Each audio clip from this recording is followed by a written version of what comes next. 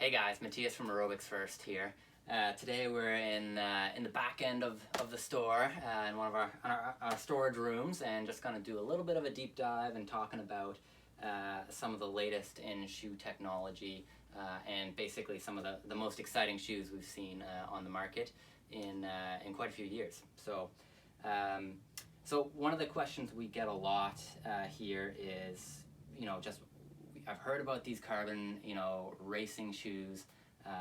What's the scoop? What are they, and what are they good for? So, the main thing to know with this sort of new generation of racing shoes is that it's not necessarily the plate that's in it that is the secret sauce, or the foam. It's basically everything working together in conjunction, and none of this is really new technology. It's all stuff that's been around for quite a while, and in some respects even back to the 80s and 90s, but now with modern sort of chemical engineering, they're able to basically put all the puzzle pieces together in a much better product and package. So all said and done, let's do a bit of a dive in here and check out some of these shoes. So from Hoka, really exciting, we just got these in, is basically the Rocket X and the Carbon X. And these could sort of be considered two companion shoes, but will also stand alone very easily. Both come in at $225, so really good value. I've had a pair of the Carbon X, and I've put well over 400 kilometers on them. They turned into one of my favorite shoes. And this shoe, really cool, it was actually designed in conjunction with the help of Jim Walmsley to take down the 100-kilometer world record on the roads. So it's definitely a go-fast shoe, but can handle long mileage as well. So it's really comfortable, really smooth in transition heel to toe. You'll notice it's got a pretty strong rocker, but overall it's just such a smooth riding shoe. So this, I find, is a really great option for many people as either a training shoe for really long runs, hard efforts, or even racing anything from the 10K, the half marathon to the marathon, or farther if you're going that far. The Rocket X from Hoka. So this shoe was designed with one of their top groups, NAZ Elite in Arizona, and actually Alafine Tuliamuk, she won the U.S. Women's Olympic Trials in it. So definitely a really fast shoe, and for sort of the fastest, most elite runners, will take you all the way to the marathon for sure. But for most people, I think it's going to be a lighter companion to something like the Carbon X, and maybe a bit better suited for a half marathon and below in terms of distance. But a really nice sort of snappy, fast ride, that's still decently soft underfoot. But the main thing I find with this, in terms of feeling underfoot, it's not quite as rockered as this, so you feel a bit more connected to the ground in contrast. So from there, we'll dive into the New Balance FuelCell TC, and this was one of the first carbon shoes we had in store last year, and again, a shoe that I've really quite enjoyed myself. I've done some races in it, but largely some long runs and training, and that's really what it's a bit more geared towards. The nice thing I like about this shoe, super soft, super smooth underfoot, but for example, in contrast to the Carbon X, it's a little bit flatter feeling underfoot with much more of a compressive feeling. So the Carbon X really rolls you forward. This, you get a little bit more of that compression and bouncing feeling. So the great thing with this that we've seen in store is it's a very accommodating upper. Will fit people with a wider foot, or even we've had a few customers who need to accommodate an orthotic or a different insole. So that's really great to have in sort of a go-fast shoe. From there, They're sort of, one step up for New Balance is the RC Elite. And the really cool thing with this shoe, it does actually have a different foam, a different fuel cell foam than the TC. So fuel cell for New Balance is really, it's a series of shoes. So it's not all the same material, but basically it's when you see that fuel cell tagline, it basically means that shoe is supposed to feel energetic, lightweight, and fast. And that's what they're really doing with the RC Elite. Again, for your top end racers, it'll be a marathon racing shoe for sure.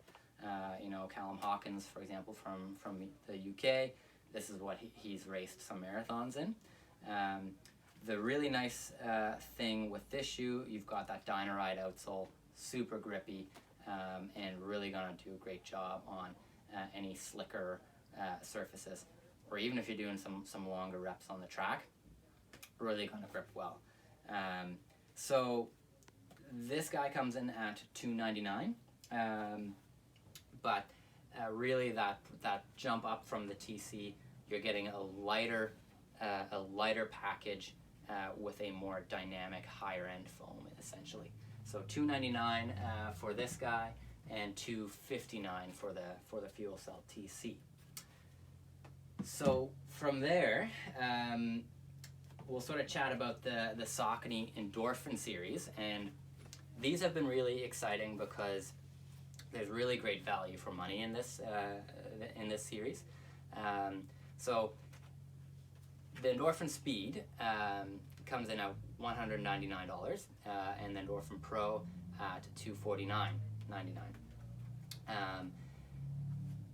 They're very close to each other, but with a few key differences. So the Pro obviously is sort of that elite high-end shoe. So Jared Ward, for example, has raced a lot in this, and super lightweight, has quite a bit of rocker underfoot again, same with the Endorphin Speed, a bit more reminiscent of something like the Hoka Carbon X, and overall has that Power Run PB foam, which is really responsive and bouncy. The major difference I find with these two shoes, the Endorphin Pro is a little bit stiffer. It's got a carbon fiber plate in it, and the Endorphin Speed has a nylon infused plate in it. So it's a little bit softer, a little bit more flexible, a bit more versatile for a wider range of paces if you're doing some easier runs or some slower paced runs in this, even just for a recovery run or something like that. Whereas the Pro will feel a little bit harsher on some of those slower runs, but when you're going fast, it'll really get going. And then the other thing I find in the Pro, you've got basically a fully collapsible heel counter. There's nothing extra built in there compared to the Speed, which does have a little bit of a heel counter there, so you can't actually fully collapse that. And that's actually good. It holds the foot on the platform a little bit better and keeps that heel and ankle in place if someone needs it from a lateral medial stability standpoint.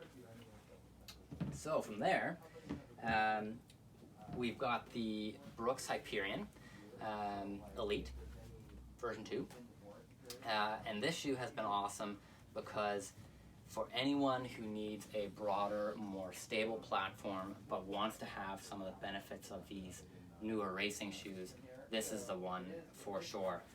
So it's got a really wide footprint, a nice broad heel, still a really light package. Got that DNA Flash foam, which is again a little bit reminiscent of even the Saucony foam, and basically it's a nitrogen infused foam, so really bouncy, really responsive, but a really nice stable ride. And the nice thing I like about this is you've got quite a bit of toe spring in the forefoot here, and that really transitions you off that forefoot when you're in your toe off phase of your gait cycle. This shoe again, tried and tested. You know, this was basically the shoe that Desi Linden helped develop with Brooks. And you know, in a prototype of this shoe, she won the 2018 Boston Marathon. So, and then even at the U.S. Olympic trials, actually in this version, she was 4th. So, a really fast shoe, and great for some long mileage. From there, Justin from On Running, bit of a newer brand to us still. We've had them just for a few years now. But the thing I really love about On shoes in particular is they do a really great job of having a fun feeling shoe. And that's something that they focus on in all of their shoe designs is how do we make it fun to run in this shoe? How do we make it feel more fun? So overall, I find On tends to be a slightly firmer feeling shoe out of the gate when you put them on. But they're all really smooth feeling. So they're not harsh underfoot by any means. They transition really well through the gait cycle in terms of if you're heel striking to toe off, or even if you're midfoot striking. And what's unique to On, they've got sort of this segmented outsole, midsole combination with these pods that can basically cushion independently of each other. So the shoe is really good at dealing with shear forces, which is, you know, involved anytime you're running because there's always that forward momentum involved. So that helps provide a really smooth ride to the shoe. And then they've got this carbon infused speed board. So the spine of the shoe essentially is a nice and strong and snappy with a pretty good rocker and toe spring built into it as well. Again, quite a light shoe. This guy comes in at $249.99. And I would say this is going to be really well suited to anyone who's got a narrower foot and looking for, you know, certainly could go up to the marathon distance, but I would say personally, if I was running in this, I would race anything from a 5K to a half marathon, no problem. And the other actually really nice point with this shoe, it's got a really nice lightweight breathable upper. So this summer, you know, with some of the hot weather and stuff, it'll really do a great job of keeping your foot cool. So, so that's sort of the rundown in terms of what you know this new category of shoe essentially is, and what you can expect from some of these shoes. Ultimately, yeah, you know, come on in, test them out a little bit, try them on in store. The nice thing with these is some of the latest science is basically showing that with that extra cushioning packed into some of these racing shoes, when you're actually racing and running long, hard efforts, there's a little bit less muscle damage and muscle fatigue that can occur. So after some of those runs, basically the legs feel a little bit better, a little bit fresher, you recover faster and ready to you know, train again. That being said, you know, as shoe fitters, we're always, you know, keeping a little bit in mind of, you know, thinking about the right tool for the right job. So certainly these can be great training shoes and great racing shoes, but it's all about variety and making sure you're mixing up your shoe rotation, just so you don't get too adapted to one specific set of shoes, which ultimately makes it harder when you have to get a new pair or something's changed in your existing pair. So, so just keep that in mind. Always good to have sort of a training shoe, a racing shoe that you can maybe sort of cycle through some of those and make sure that ultimately you're, you know, putting your body and your biomechanics into slightly different circumstances so that you remain adaptable and ultimately, you know, try to avoid long-term overuse injuries. So, so hope you enjoyed that. Any questions, just hit us up in the comments below. You know, always happy to chat shoes. Thanks for listening.